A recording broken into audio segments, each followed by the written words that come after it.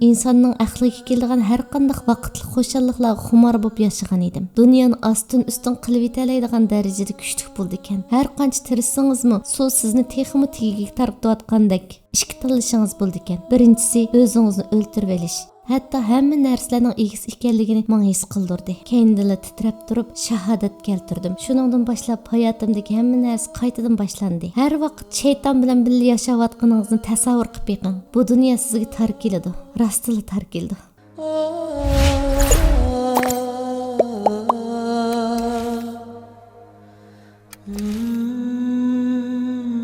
Evet Nazan abla, selamünaleyküm. Aleykümselam.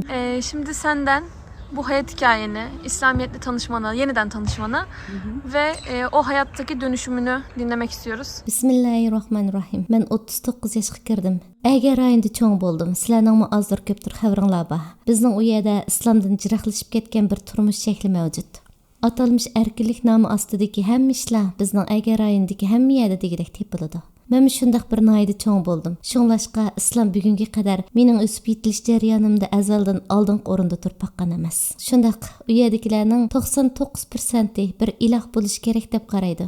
Allohning borligiga ishonadi, ammo hayotini boshqa ishlarga sarf qiladi. Men bularni amdilatni his qilib yetdim. 10 yil burun Belgiyalik biri bilan tanishdim. Shuning bilan mening Belgiya safarim boshlandi. Belgiyaga kelgan vaqtimda bek yolg'iz qoldim. Chunki tanishlarimdan, ko'ngillik turmushimdan, u vaqtlarda meni xo'shal qildi deb o'ylaydigan hamma narsalardan ayrilgandim. Bu yerdagi hayot ko'rganingizdagidek intayin tinish, jimjit. Axir o'zimni xo'shal qilishga tirishgan ishlarning asli qanchalik arzimas ishlar ekanligini tushunib yetdim. Qattiq g'eribsindim. Shu chaqlarda odamning ishongisi kelmagidek darajada bir bo'shliqqa tushib qolgan edim. Dush kelgan masalalarimni yushirish uchun hamisha o'zimga boshqa xo'shalliklar bilan tasalli berishga tirishatdim. İnsanның aqliga keladigan har qanday vaqtli xo'shalliklarga xumor bo'lib yashagan edim. Ajoyib tushkunlashib, ma'nisiz hayotning patqiga gadangichib etib qolgan vaqtimda ondan haqiqiy taslimiyat bilan uchrashdim. Shu kunni qat'iy unutib qolmayman. Bundaq deyishimning sababi chunki odam bolasi o'zini xuddi hamma ishni qila oladiganidek, hamma ishga yetisha oladiganidek o'ylab qoladi ekan. Bütün meselelerni o'zimiz hal qila olaymiz-ku deb o'ylab qoladi ekanmiz. Amaliyotda biz bek ojiz yaratilgan ekanmiz. Biz haqiqatan bek ojiz. Allohga bo'ysungan holda yashamaganligimiz uchun hamma narsani biz o'zimiz qilamiz, hamma narsa bizning kontrolligimizda deb o'ylab qoldi ekanmiz. Ba'zida o'zingizdan nimishqa mening hayotim bundaq ta'tirga qarab mangdi, men zodi nimish qilishim kerak degan savollarni so'rab baqsangiz, ondan shu chaqda o'zingizni bir bo'shliqqa kirib qolgandek his qildi ekansiz. Xuddi suvga tushib ketgan vaqtingizda suvdan chiqish uchun har qancha tirishsingizmi, suv sizni texmi tegiga tarqatayotgandek, suvning tegiga cho'kib ketayotganligingizni o'ylab, men hozirning o'zida o'lib ketadigan bo'ldim. Men tugashdim. Bu mening oxirgi minutlarim degan yerga kelgan vaqtingizda sizning faqat ikki tanlashingiz bo'ldi ekan. Birinchisi o'zingizni o'ltirib olish. Ikkinchisi azroq iymoningiz bo'lsa yoki Allohning yaxshi ko'rgan bandasi bo'lsangiz, hidoyat bilan rizqlantirildi ekansiz. Masalaga taqobil turolmagan seri ular sizga ig'ir kelishga boshlaydi ekan. O'libli qutulsamchi deb o'ylab qoldi ekansiz. Oxirda bu yuklarni ko'tarishning sizga ig'ir kelayotganligini his qildi ekansiz. Aslida Allohni tunib, shaylarga mohiyati bilan qaragan vaqtingizda bu hayotdagi yashash g'oyangizning nima ekanligini haqiqiy his qilgan vaqtingizda u yuklarning unchalik ig'ir emasligini, balki siz uchun bir hadiya ekanligini tunib yetadi ekansiz. Shu bir kun hech esimdan chiqmaydi. Tramvay bekitida saqlag'ach, eng oxirgi qitim ko'rgan qisqa filmdagi odamning hikoyasini o'ylab o'tdim. Bir musulmonni xristianga aylantirmoqchi bo'lgan birining islom bilan qanday tanishganligi to'g'risidagi hikoya edi. Bularni o'ylab o'tgan vaqtimda tuyuqsiz ko'zimdagi pardalar ko'tarilib, haqiqat ko'z oldimda namoyon bo'ldi. Bu tuyg'ularimni til bilan tasvirlab berolmayman. Tuyuqsizlar Allah o'zining butun olamlarning, hatto hamma narsalarning egisi ekanligini menga his qildirdi. Bu tuyg'umni rostila til bilan ifodalab berolmayman. Allohning qanchalik ulug', katta zot ekanligini, uning hamma narsaning egisi ekanligini his qilgan vaqtimda Alloh nada, osmondami, yerdimi deb qo'rqqanimdan osmonga qaragandim. Allohning menga his qildirgan tuyg'ularining ko'pligidan deganimdek hozir so'z bilan ifodalab berolmayman. Qo'rqqanimdan titrab ketgandim. Bekatdagi hamma kishilar menga qarab ketgandi. Men shu yerda o'ltirib ho'ngrab yig'lab ketdim. Keyinda titrab turib shahodat keltirdim. O kun haqiqatan Allohning huzurida iymon bilan tanishgan bir kunim bo'lgandi. Shuningdan boshlab hayotimdagi hamma narsa qaytadan boshlandi. Aldirab tinib uyga bordim. Hech qanday bir narsani bilmaydim. Namoz o'qishni, duolarni bilmaydim. Faqatla Fatiha surasini biletdim. Balki musulmon davlatda cho'ng bo'lg'ashqa yoki maktabda o'rganganlarimdan bo'lsa kerak. Islomga munosabatlik hech nimani bilmaydim.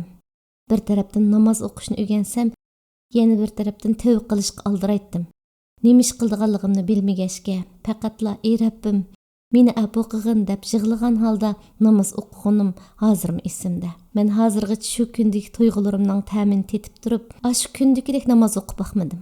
O kuni o'qigan namozimning huzurini hech yerdan topolmadim. Chunki o kuni olam yo'rg'icha namoz o'qigandim. O kuni Alloh mening qalbimni shunchalik go'zal pokizildiki, atdigan o'rnimdan turgan vaqtimda o'zimni yangi tug'ilgan bu vaqtdek his qilgandim. Ichimda boshqacha bir muhabbat bor edi. Chunki Rabbimni topdim. Ayni shu vaqtda ichingizdagi u sevgi sizga har qanday bir ishni qildira oladigan, dunyoni ostin-ustin qilib yetalaydigan darajada kuchli bo'ldi ekan. Agar ichingizda u sevgi paydo bo'lganda, hech nimaga parvo qilmaydi ekansiz. Men shu tuyg'uni yashagandan keyin hamma ishni qilib boqqim kelgandi. Hatto darvish bo'lib boqqim. Allah'ның sevgisiga erishish uchun qandaqli bir yo'l bo'lsa, atlanishni o'ylagandim. Chunki Allohdan boshqa hech qanday bir narsani o'ylashni xolamaydim. Hatto cho'llarga ketishni o'ylagandim. U sevgi shunchalik go'zal bir sevgiki, hech ichingizga patmay qoldi ekan.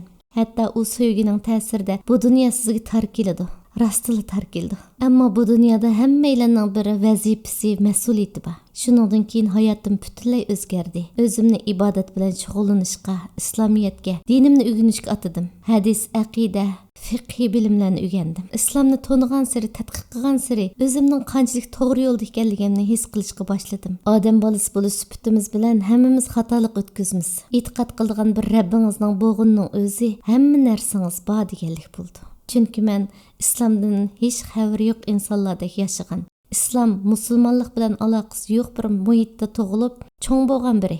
Shuningga ishonishingiz kerakki, bundaq bir muhitda doim tushkunlashib, xato ishlarni qilib selish ehtimolligingiz bakmi yuqori bo'ldi. Ochiqini aytganda, menda tushkunlashib ketish ahvoli bakli og'ir edi. Har qancha yaxshi odam bo'lishingizdan qat'iy nazar, Rabbingiz bo'lmasa, siz hech nima emas. Har qanday bir narsa sizga haqiqiy xo'shallikni bermaydi. Har vaqt shayton bilan birga yashayotganingizni tasavvur qilib beqing. Bekli yomon bir ish. Haqiqat sizga namoyon bo'lganda, bir qushning ovozi bo'lsin, yoki bir daraxt yoki ranglar bo'lsin, hatto yegan har bir luqmangizning ta'mi, huzuri boshqacha bo'ldi ekan. Demak, Rabbingizni to'nigan vaqtingizda hamma narsaning ma'nosi bo'ladi ekan. Islomni haqiqiy ma'nosi bilan to'nigan vaqtimda o'z-o'zimga Qur'on bilan payg'ambar alayhisalomning butun hayotida qilgan ishlari bizga yo'l boshchi, yetakchi degan edim. Yo'limizni topolmay gangirab qolgan vaqtimizda aslida nima ish qilishimiz kerak edi? Burungi davrda qaysi ishlar qilinibdi? Bularni bilish uchun yetakchimizning, yo'lboshchimizning hayotiga qarasak bütün savollarımızga javob topa olamiz. Masalan, boshqalarga marhamat bilan muomala qilish, hurmatsizlik qilmaslik degandek. Eng muhim bo'lgani mening bolalarim. Hozirgi vaqtimning o'zida men o'tmishimni emas, kelgusimni o'ylashim kerak. Chunki o'tmish allaqachon o'tmishda qoldi. Ammo bolalarim mening kelgusim. Mendan keyin qoladigini mening bolalarim bo'lg'ashqa, men ularga mas'ul bo'lishim kerak. Yana birsiga siz bu sevgining, bu hidoyatning, iymonning halovatini tetigan vaqtingizda atrofing'izdagi hamma kishining bu halovatni, bu ta'mni tetishini umid qildi ekansiz. Atrofingizdagilarga qisinadi ekansiz. Mening burungi do'stlarim meni ko'rsa, hayron qilib, "Nozam bu sanmi?" deyishib ketadi. Derslarda yoki do'stlarimiz bilan paranglashib o'tirib qolgan vaqtlarimizda bu Allohning hikmetining natijasidan deyishib ketamiz. Sadece işte sonradan İslamiyet'i bulmak değil, bazen bulduğun zaman da şükrünü yapamıyorsun. To'g'ri dedingiz. Yani o ilk buluşma, ilk Allah'ı hissettiğin yani veya İslamiyet'i ilk seçtiğin o an belki de o huşuyu, o lezzeti her zaman biz de yakalayamıyoruz. Çünkü hatırlamıyoruz, ölümü hatırlamıyoruz. Yani o dediğin dünyaya dalıyoruz. O diğer insanlar gibi metroya biniyoruz, yürüyoruz, geziyoruz, düşünüyoruz ama Allah ne kadar var To'g'ri hayatımızda. dedingiz. Keyin iymon etgan xristianlar shunchalik kuchli iroda, muhabbat bilan tirishadiki, izlab baqsanglar uchirta olishinglar mumkin. Bikoz ismli biri Belgiyada mingdan ko'p kishining musulmon bo'lishiga sababchi bo'ldi. Bu intayin muhim bir ish. O tirishchanligi uchun Alloh bu ishni uningga nasib qildi. Uning yanida turib birga xizmat qilishmi men uchun intayin go'zal bir tajriba bo'lib qolgandi. Alhamdulillah. Keyin islom ilmlarini o'qidim. Risola Nur bilan uchrashdim. Risola Nurga boshqacha mehrim bor. Chunki optur so'zlagan har bir voqealiklarni biz hayotimizda uchirtib turmiz. Abturning so'zlagan jumlalaridan Qur'ondagi falan oyatning tafsiri bu kanda deb qolasiz. Yoki uning tushungandek tushunsiz. Bu odamning ishongiz kamigidek darajada go'zal bir tuyg'u.